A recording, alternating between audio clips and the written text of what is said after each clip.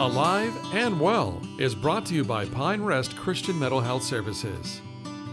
This Alive and Well segment is sponsored by Pine Rest. With the average adult spending over 7 hours each day connected to the internet, that's a lot of time we can be exposed to news and information. While knowing what's happening in the world is part of being an informed citizen, we also need to monitor and address it so we're not negatively affected.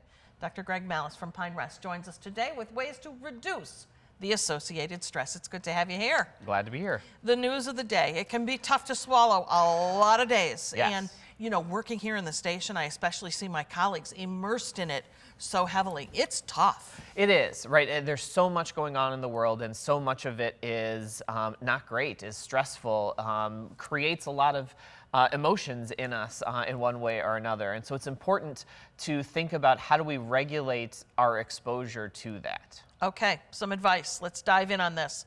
First of all, limit news consumption. Yeah, so if you recognize that you're being negatively impacted by all of the news, we do want to figure out how much news do I want and where can I cut that off, right? It's not really good to be exposed to the 24-hour news cycle 24 hours a day, because most of it is stressful, right? And part of the reason it's stressful is because they're telling us things that they think they want us to know or that are going to impact us in some way so that we can read more, right? There's a whole other piece to it. So we want to regulate how much is important for me and then where can I stop in order to protect myself. Speaking of stopping, your next bit of advice is take breaks and focus on self-care. Right. So when you notice that your emotions are getting activated, when you're feeling stressed, when you're feeling overwhelmed, that's a good moment to recognize I can probably turn this off a little bit. I can refocus on myself, refocus on the family, the community around me, and just sort of recenter myself. And then make a decision about if and when I want to go back into that news cycle. I like this next one because it's very empowering. You say find ways to be involved in issues that impact you. There's nothing like taking a little bit of the power back, right? Yeah, and so this comes from the idea that when news stories and the reality of the world around us makes us anxious, one of the things that we can really do to help ourselves is to do something with that anxious energy, right? So find a cause that you can get involved in, even in a small way, even if it's writing a letter, even if it is volunteering your time, volunteering money and resources, buying something, what you can do directly to influence the things that matter to you, that's going to help to reduce some of that anxiety. It's not going to solve the problem, but it can help you to feel like, okay, I'm doing something about this. I'm not just sitting here and stewing on it. Allow a little lightness back in. Yeah. Let others, you say, have their opinions and don't get drawn into arguments. Right. We are such an argumentative bunch of folks these days, aren't we? We are. It's partly our nature and it's partly social media, and the anonymity of social media allows us to do some of that. But really, we don't need to engage in some of those arguments. We can put our opinions out there and hopefully people will respect it. We have to accept if they won't respect it.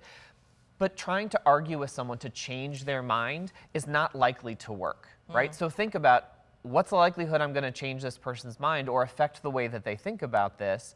And if it's a low likelihood, just don't engage. There's no value to it, and it simply causes you to be more anxious, more upset, and now you're carrying more of this. It's just not helpful. So let people have their opinions. We're allowed to disagree, and just sort of leave it at that, move on. Go do the thing that engage with your opinion, engage with your perspective, help out where you can, and let them have their opinion. Let it be.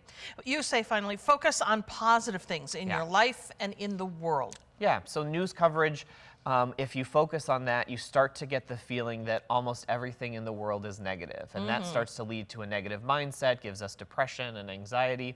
So we want to hold all the realities of what's happening in the world, because it is not good in many ways. But let's actively search for, but what is positive, right? You see a lot of news stations doing those, feel-good stories. And I think that's important. We need to recognize that there is still good in the world along with all of the negativity that is going on, and be able to hold both at the same time, which is difficult, which causes anxiety and discomfort in us. But the more that we can do that, the less we focus on all of the negative. I follow a couple of positive Facebook pages so that in my feed, along with all the trash, comes the nice stuff too. Absolutely. The feel goods. All right, you can find more information on managing stressful news, talking to your children about it, and more at pinerest.org. Thanks, Dr. Malice. Yes.